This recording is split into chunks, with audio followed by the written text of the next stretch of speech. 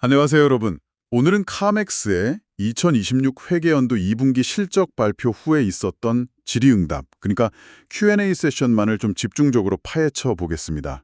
저희가 받은 컨퍼런스 콜 녹취록을 토대로 분석가들의 날카로운 질문들, 그리고 또 카맥스 경영진 답변 속에 숨어있는 의미들을 한번 찾아보려고 합니다. 네.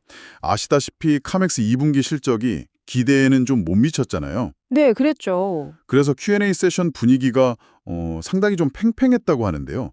과연 어떤 질문들이 오갔는지, 또 카맥스는 현재 상황이랑 미래 전략에 대해 어떤 힌트를 주었을지 바로 한번 시작해 보겠습니다. 좋습니다. 역시 첫 질문은 그거였습니다. 2분기 판매 실적 부진 원인이 뭐냐? 빌 내시 CEO 답변을 요약하면 크게 두 가지인데요. 네. 첫째는 그 1분기의 관세 부과 가능성 때문에 수요 늘 거라 보고 재고를 막 늘렸다가 5월 말부터 6월 말 사이에 예상 못한 차량 가치 하락, 그러니까 대당 한 $1,000 정도 감가상각이 있었던 거죠. 그러면서 가격 경쟁력에 타격을 입었다는 점. 아, 그게 컸군요. 그리고 둘째는 정확히 수치화는 어렵지만 1분기에 수요가 일부 좀 앞당겨진 영향도 있지 않았나, 이런 겁니다. 맞습니다. 이 예상치 못한 재고 감가상각, 이게 정말 핵심입니다. 이것 때문에 카맥스는 어쩔 수 없이 2분기에 마진을 좀 희생하면서 판매를 늘리고 동시에 매입 속도를 일부러 좀 늦춰야 했어요. 네네. 이게 이제 실적 부진의 직접적인 원인이었죠. 하지만 중요한 건 이 조치 덕분에 2분기 말 재고 상태는 오히려 개선이 됐고 그래서 3분기를 더 나은 상태에서 시작하게 됐다. 이게 경영진 설명입니다. 뭐랄까 일종의 선제적 조정이었다. 이렇게 볼 수 있겠네요. CEO는 2분기 내내 판매 약세가 좀 이어졌다고 인정했어요.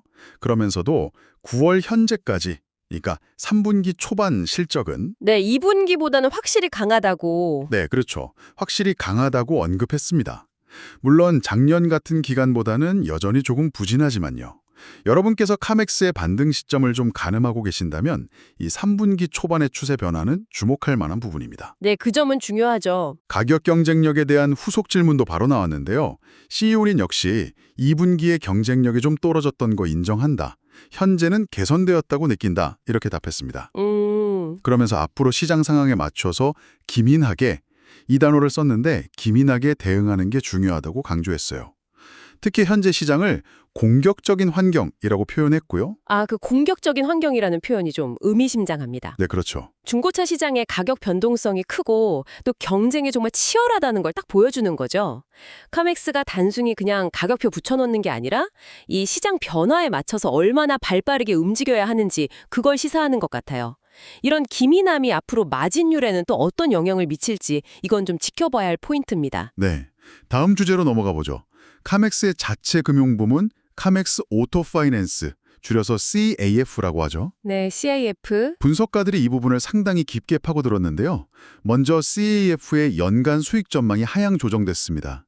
기존에는 전년 대기 증가였는데 보합 또는 소폭 감소로 바뀌었어요. 아, 전망치가 내려갔군요. 네, 주된 이유는 2분기에 예상보다 큰 대손 충당분을 쌓았기 때문입니다. 네, 그 2분기 대손 충당금, 그러니까 예상되는 대출 손실에 대비해서 미리 쌓아두는 돈인데요.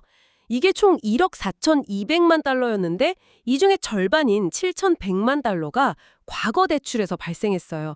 특히 2022년, 2023년에 나간 대출들, 이 대출들의 예상 손실률을 높여 잡은 결과였습니다. 아, 그 시기 대출들이 문제였군요. 네, 당시에 기록적인 중고차 가격에다 인플레이션 또 정부 지원금 종료 같은 게 막 맞물리면서 해당 시기 대출자들의 상환 능력이 예상보다 좀 악화된 거죠. 처음에는 이게 일시적인 현상인가 했는데 연체율이 계속 높게 유지되니까 결국 충당금을 추가로 적립하게 된 겁니다. 여기서 잠시 대손 충당금이라는 게 은행이나 금융회사가 대출해주고 못 받을 것 같은 금액을 미리 비용으로 처리하는 회계 항목이라는 점 짚고 넘어가겠습니다. 그렇죠. 미리 대비하는 거죠. 하지만 경영진은 이 22년, 23년 대출건들도 여전히 손실은 아니고 이익을 내고 있다.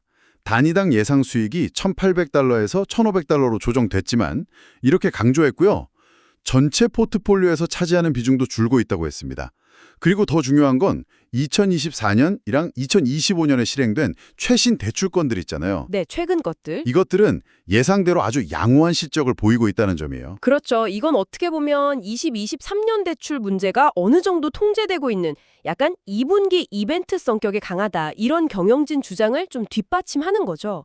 하지만 동시에 팬데믹 시기에 그 특수성이 남긴 후유증을 보여주기도 하고요. 그렇군요. 그래서 여러분이 캐프의 건전성을 판단하실 때는 이 과거 빈티지 문제보다는 앞으로 발생할 대출건들의 성과, 여기에 더 주목하실 필요가 있겠습니다. 네, CAF 관련해서 또 하나 주목할 만한 게 있었습니다. 9억 달러 규모의 비우량 대출 채권을 묶어서 증권 형태로 매각한 거래, 소위 25B 거래라고 하던데요. 네, 자산유동화 증권 ABS 매각이죠? 이번에는 처음으로 잔여 지분 대부분까지 매각해서 장부에서 완전히 털어내는, 그러니까 오프 밸런스 쉿 방식을 택했다고 해요. 아, 이번엔 좀 더 적극적으로? 네, 이걸 통해서 3분기에 약 2,500만에서 3천만 달러 정도 매각 이익이 예상되고 또 향후에 서비스 수수료 등으로 4천만에서 4,500만 달러의 추가 수입도 기대된다고 합니다. 여기서 자산 유동화 증권 ABS는 대출 채권 같은 자산을 담보로 발행되는 증권이라는 점 다시 한번 짚어드립니다. 이 ABS 거래는 카맥스에게 여러모로 유리합니다. 일단 위험도가 상대적으로 높은 자산을 장부에서 덜어내니까 재무적 유연성을 확보하고 현금을 마련할 수 있죠. 그렇죠. 또 직접 보유하지 않으면서도 비우량 대출 시장 동향을 파악할 수도 있고요. 앞으로 발생할 서비스 수수료는 CAF 수익으로 잡히고 관련 비용은 판매관리비 SG&A로 처리될 예정이라고 합니다. 아까 말씀하신 추가 수입에는 카맥스가 일부 남겨둔 5% 지분 가치도 포함되어 있고요. 서브프라임 시장으로 너무 공격적으로 나서는 거 아니냐 이런 우려 섞인 질문도 있었어요. 네, 나올 수 있는 질문이죠. 경영진은 근데 딥 서브프라임은 아니다. 우리는 신용등급 티어2 중에서도 상위권 고객에 집중하고 있다. 그리고 오히려 기존 우량 고객 티어1 중에 일부를 추가 심사를 통해서 다시 확보하는 전략도 중요하다. 이렇게 딱 선을 그었습니다. 신중하지만 기회는 보고 있다. 뭐 이런 뉘앙스였어요. 이건 결국 성장과 위험 관리 사이에서 균형점을 찾으려는 노력으로 보입니다. 특히 2022-23년 대출 경험이나 거시경제 불확실성을 고려할 때 무리한 확장은 좀 피하겠다. 이런 의지가 엿보이죠. 아까 말한 그 ABS 거래도 이런 위험 관리 전략의 하나로 볼 수 있고요. 네. 그리고 전반적인 소비자 신용 환경에 대해서도 좀 흥미로운 언급이 있었는데요. 신용 점수, 그러니까 파이코 점수 기준으로 600점 이상 되는 높은 소비자들이 오히려 대출 신청을 주저하는 경향이 나타나고 있다. 이런 이야기였어요. 아, 오히려 신용 좋은 사람들이요? 네.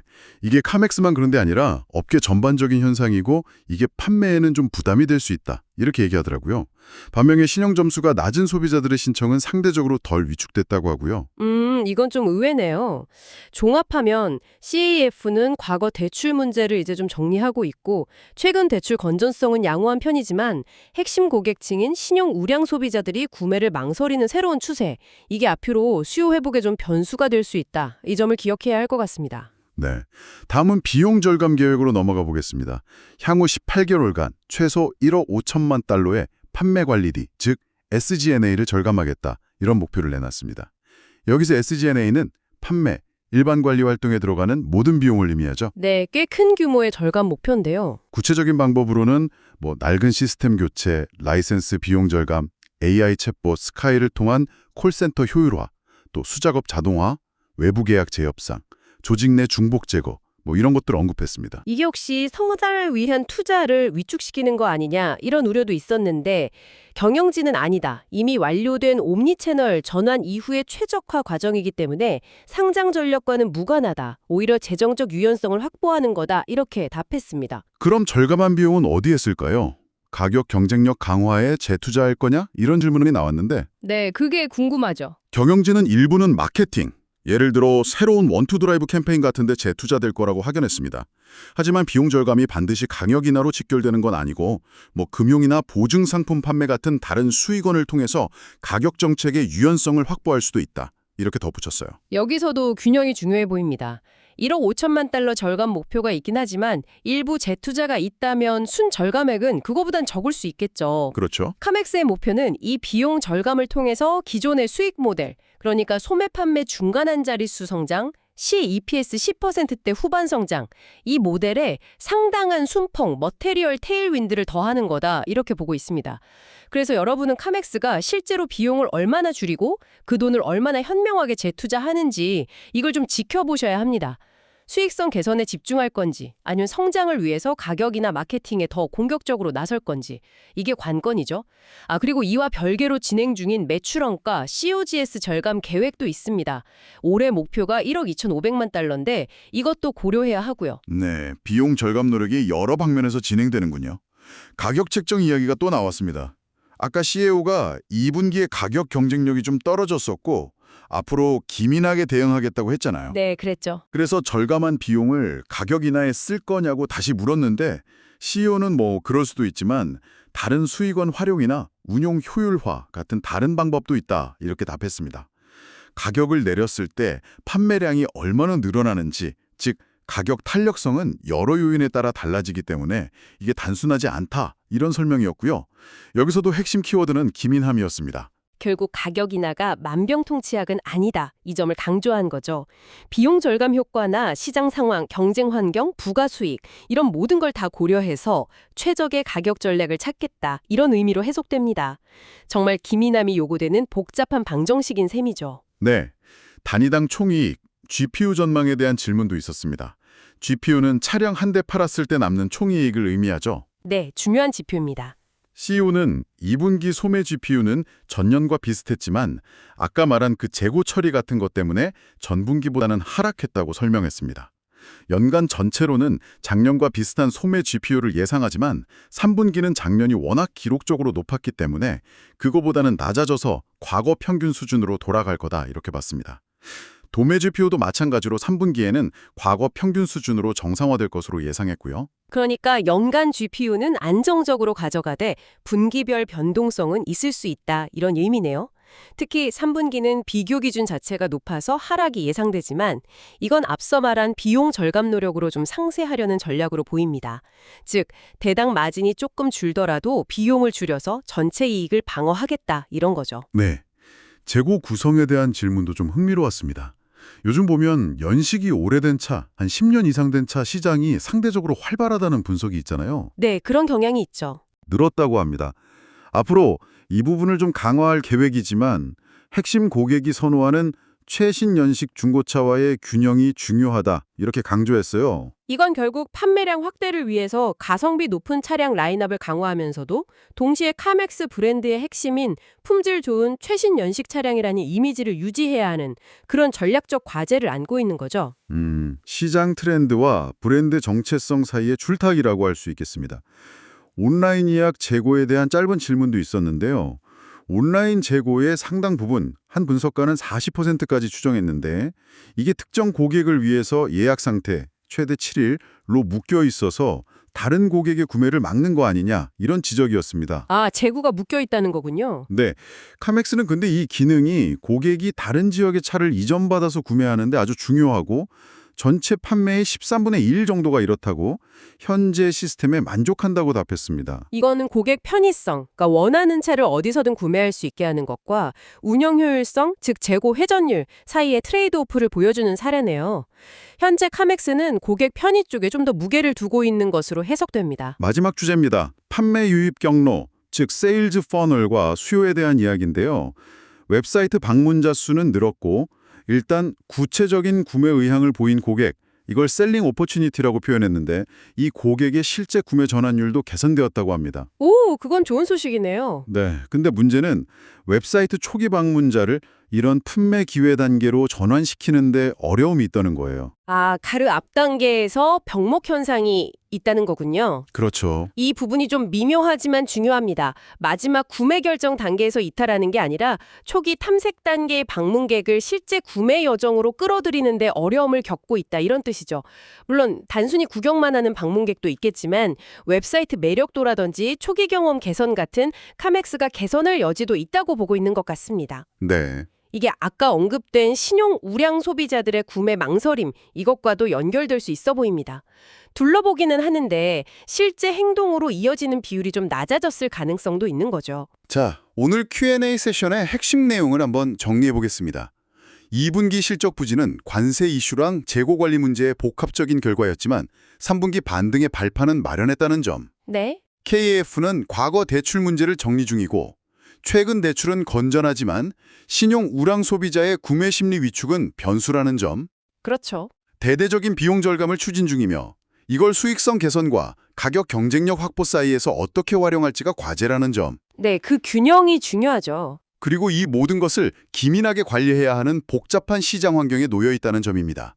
이 모든 것이 우리에게 뭘 말해주는 걸까요?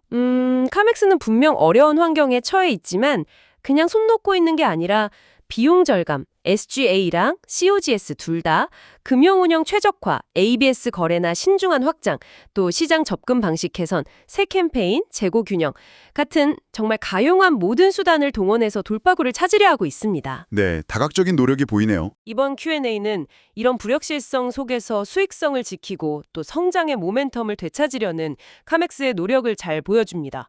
중요한 것은 이 계획들이 각각 따로 노는 게 아니라 서로 시너지를 내면서 조화롭게 실행되어야 한다는 점이겠죠? 네, 마지막으로 여러분께 한번 생각해 볼 질문을 던지면서 마무리하겠습니다. 경영진은 기민함이란 단어를 반복해서 강조했습니다. 비용 절감과 효율화에 집중해야 하는 동시에 또 위축될 수 있는 소비자 환경 속에서 가격 경쟁력도 유지해야 합니다. 네, 어려운 과제죠. 이 두 가지 어떻게 보면 좀 상충될 수 있는 목표 사이에서 앞으로 카맥스가 이 기민함을 발휘하기 위해 어떤 어려운 선택, 즉 절충을 해야만 할까요? 한번 깊이 생각해 볼 만한 문제입니다. 네, 흥미로운 질문입니다. 오늘 저희와 함께 이 깊이 있는 논의에 참여해 주셔서 감사합니다. 다음 시간에 다시 뵙겠습니다.